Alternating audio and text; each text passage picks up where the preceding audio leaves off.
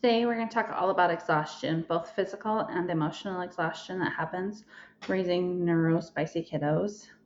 We're going to talk about what it looks like, what causes it, and what we can do to fix it. Welcome to the Autism Diagnosis to Confident Mom podcast with Kira from Kira Brown Coaching. I'm a mom of neurospicy kids and a life coach. I'm here to share real tips and support to help you feel confident as a parent. Do you ever feel like you just want to give up? Like it's too much to handle?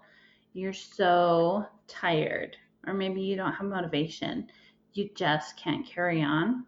Let's talk about that and how to solve it. What it is, where it comes from, and how we can fix it.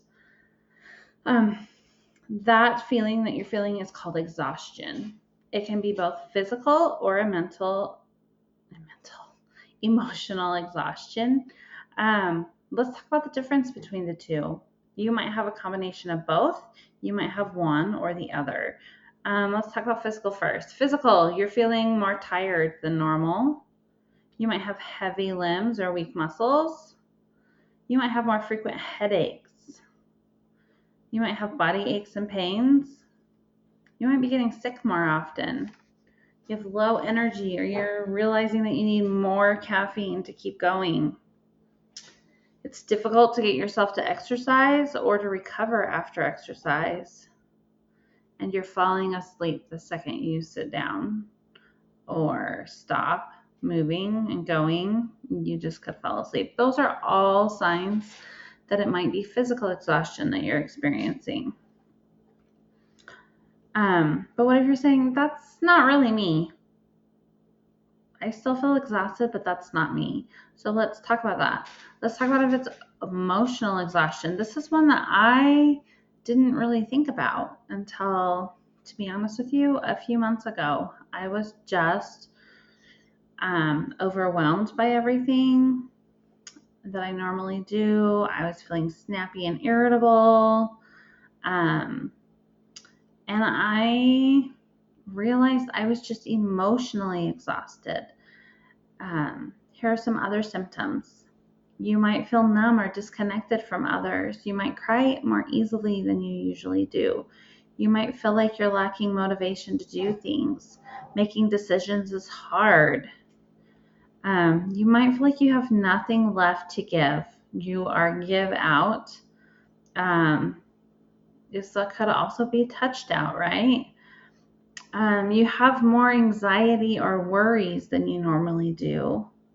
You're dreading things that you used to be fine doing, or you're emotionally checked out. Those are all signs of emotional exhaustion.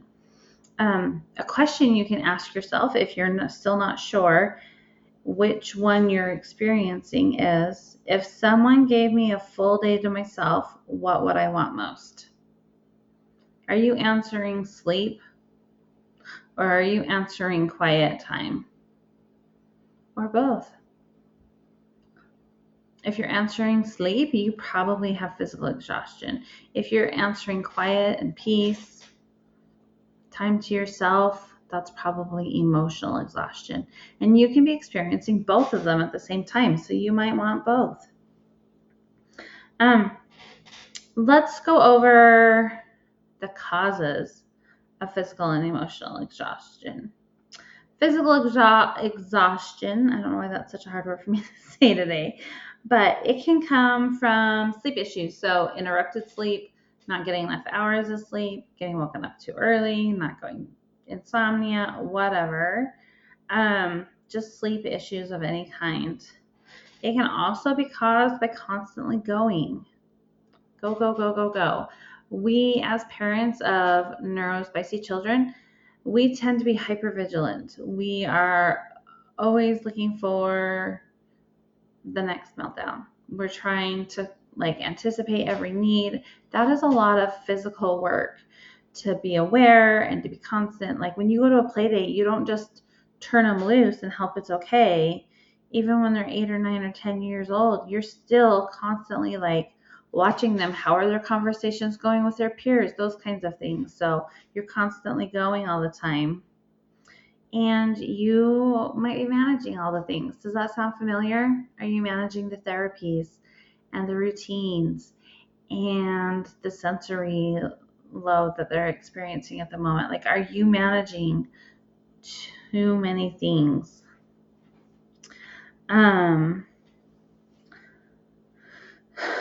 Some things you can do to help with physical exhaustion is get some more sleep. Can you sneak in a nap? Can you go to bed as soon as your kiddos go to bed rather than scrolling on your phone or reading a book or watching on Netflix or staying up and doing those dishes? Are you nourishing your body?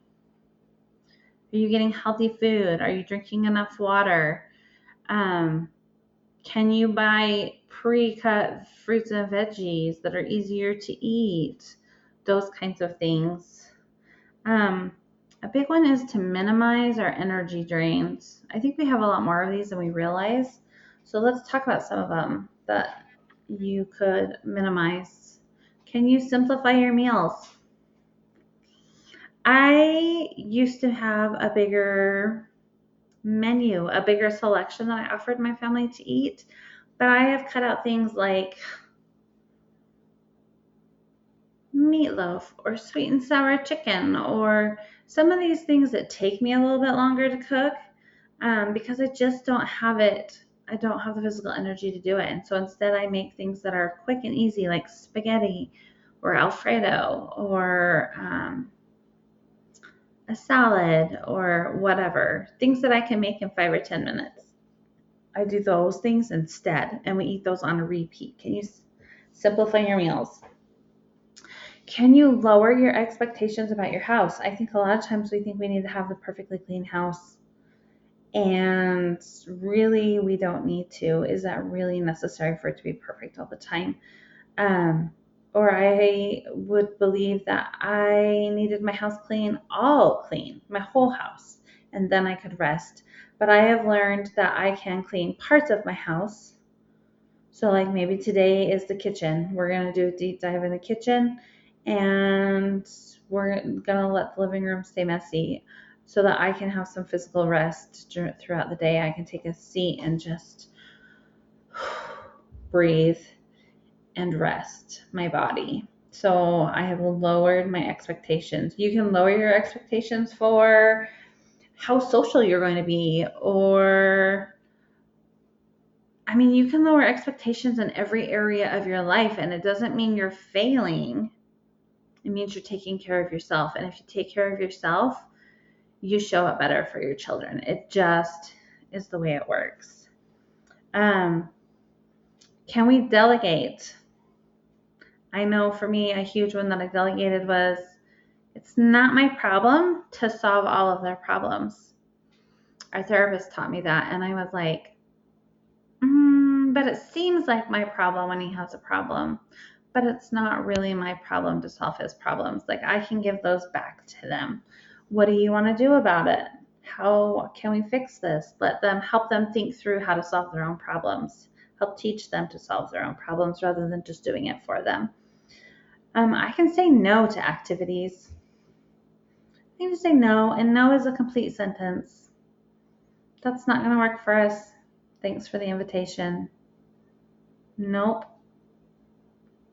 I find some of the hardest ones for me to say no to are my neurospicy kiddos.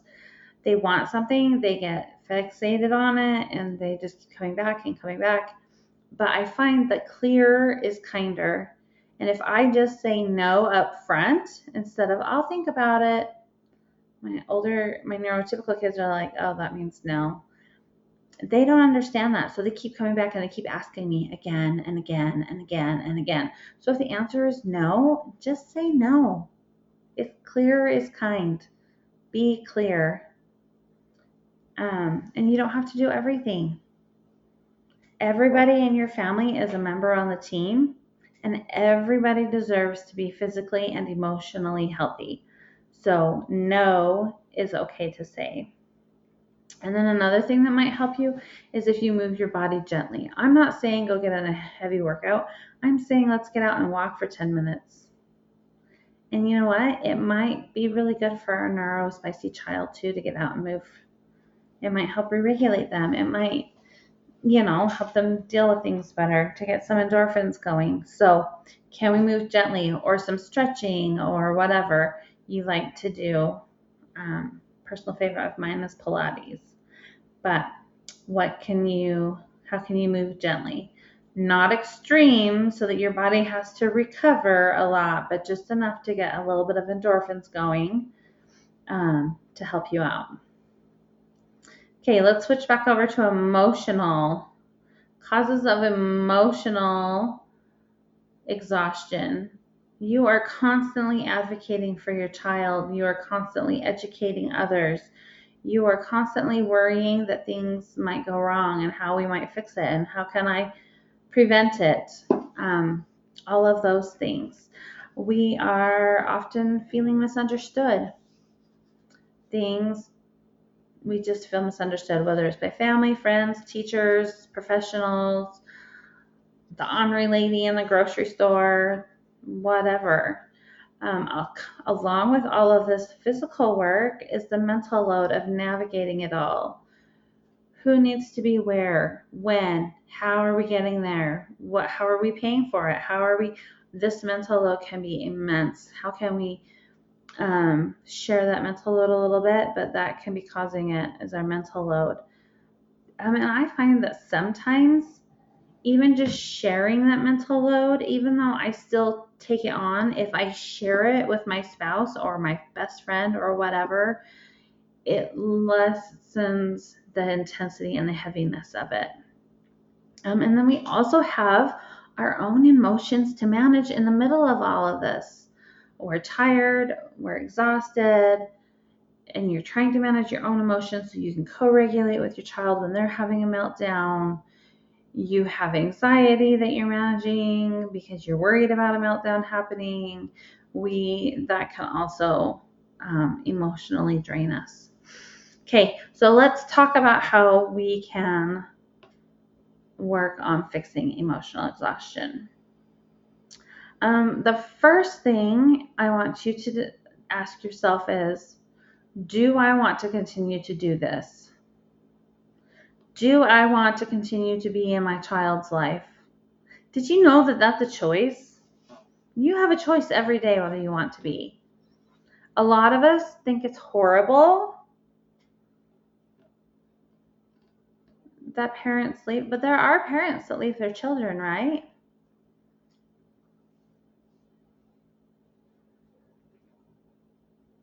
Think about that.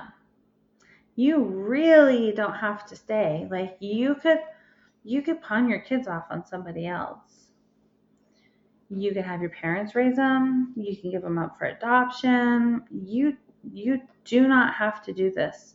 This is an option that you get to choose every day whether you want to be here or not. And you get to choose the degree that you want to be here. So it's empowering if you realize that I choose to do this for my child. I'm not a victim. This isn't something that happened to me, but I choose to love my child and be here and show up for them. It's amazing how that little mindset shift can free up so much energy in our bodies. So you get to choose every single day whether you want to be here or not. And on a lesser scale, let's say you don't want to give them away. You don't want to abandon them, but you can be like, I want to be here for them, but I want a break. You can choose that too. So then you find a babysitter, right? Like you get to choose to what degree you want to be here today. You can choose it and own it. And when you choose, you become empowered rather than a victim. And that will, like I said, create so much more energy for you. What can we delegate? Can we delegate some of the mental load? Can we delegate some of the problem solving? Can we delegate some of the household chores? Can we delegate? What can we delegate? It might look like paying a housekeeper. It might look like having our kids clean and being okay with a lesser quality job, right? But what can we delegate? What can we ask our spouse to help us with? What can we ask our friends or neighbors for help with? What can we ask our extended family for help with? What can we delegate? Or just cross off the to-do list altogether. Okay? Let's reduce our fatigue. How can we reduce our fatigue? What can we pre-plan? Some of our fatigue is decision fatigue. The more decisions we have to make, the more tired we are. So what can we pre-plan? What if we have a meal plan that we just put on repeat? Every 2 weeks, I make these same meals. I have the same grocery list every 2 weeks. What if I wear the same thing every day? What if I make myself a uniform? For me, it's jeans and a top. Maybe you like dresses. Maybe you like leggings. What's a uniform? Like, you just know that this is what you're going to wear unless it's a special occasion. How can you make it easier on yourself? To go along with that, we can declutter. So I can reduce decision fatigue by having one pair of tennis shoes and one pair of sandals for my kids. Is it a sandal day or a tennis shoe day? Perfect. And if they can decide, that's even better, right? Which jacket am I going to wear? Maybe I just have one jacket. Maybe I have a heavy one and a light one.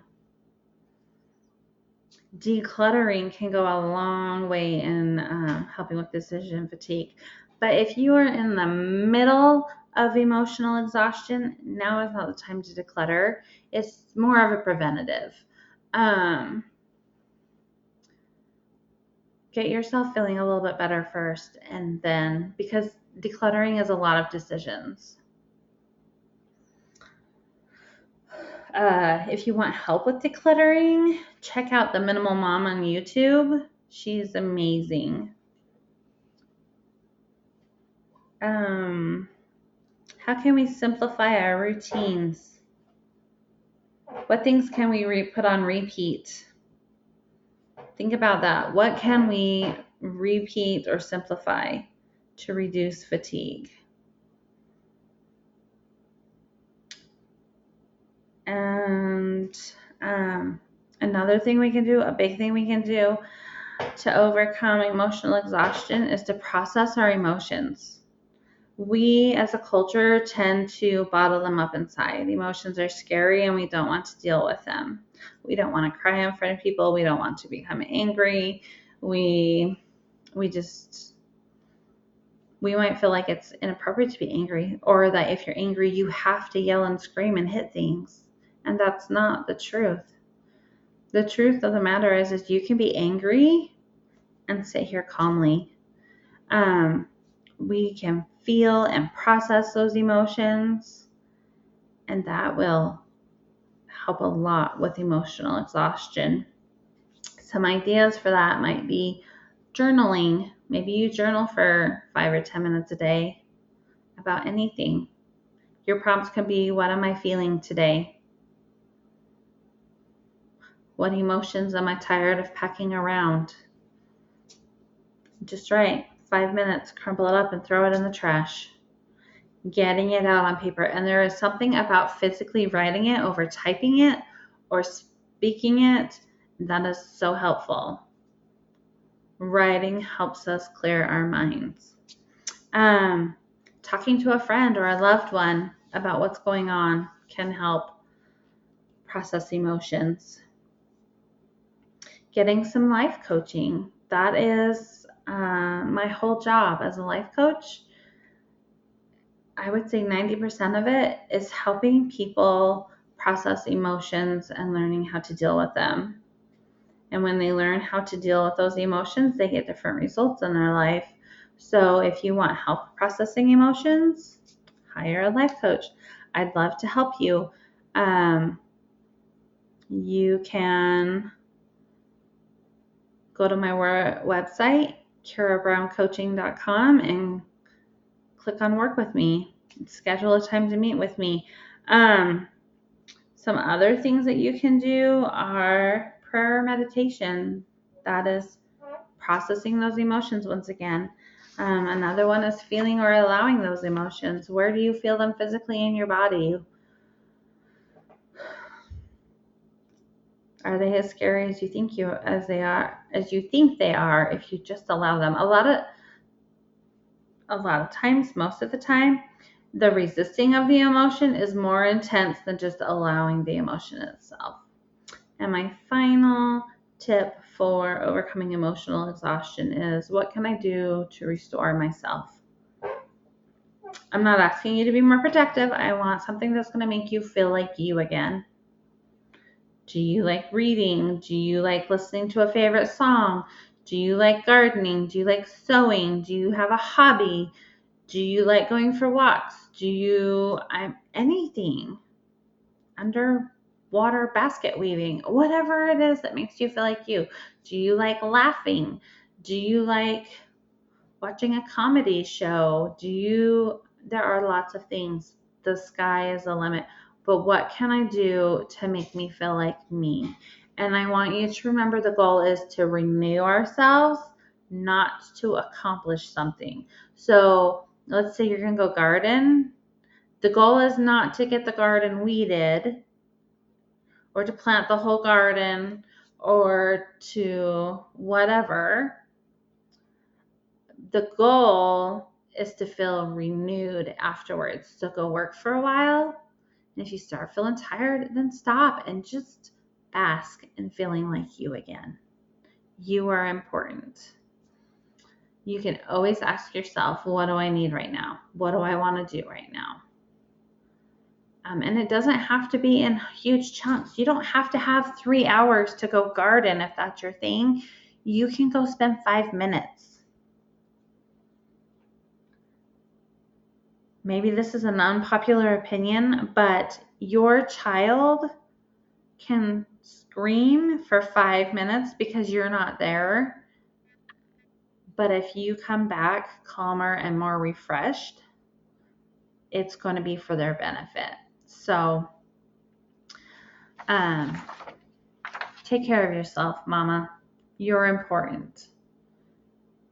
It's not all about your child.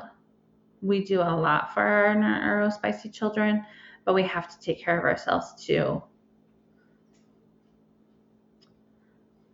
If you need help working through your emotional exhaustion, give me a holler. I would love to help you through that. Until next time, you're doing better than you think you are. Thanks so much for listening to Autism Diagnosis to Confident Mom. If this episode helped you feel a little more seen or supported, please take a moment to like, follow, or subscribe to the podcast. And if you know another parent who needs to hear this, share it with them too. We're all in this together. You're doing better than you think, Mama. You've got this.